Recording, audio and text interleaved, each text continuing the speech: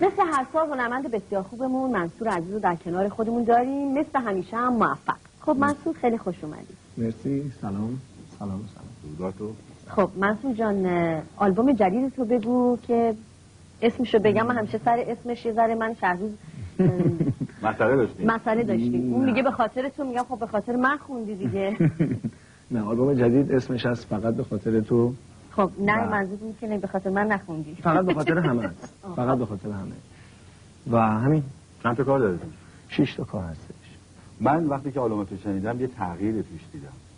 این تغییر چی شد؟ پیدا شد در آلبوم‌های قبلیت نبود. تو این بیشتره. یه مقداری خودم توی یه فضای دیگه‌ای بودم، توی یک حال و هوای دیگه‌ای بودم. این دیرکشن موزیک و این خط رو یه مقداری دنبال کردم. یه مقداری ریتم‌های مختلف و فکر می‌کنم خیلی اون تفاوت رو احساس میشه کرد همونجوری که دقیقاً. چون من قبلی وقتی که گوش می‌کنی می‌بینی که خب یه سبک دیگری داره. این بار در این آلبوم یه سبک دیگری است.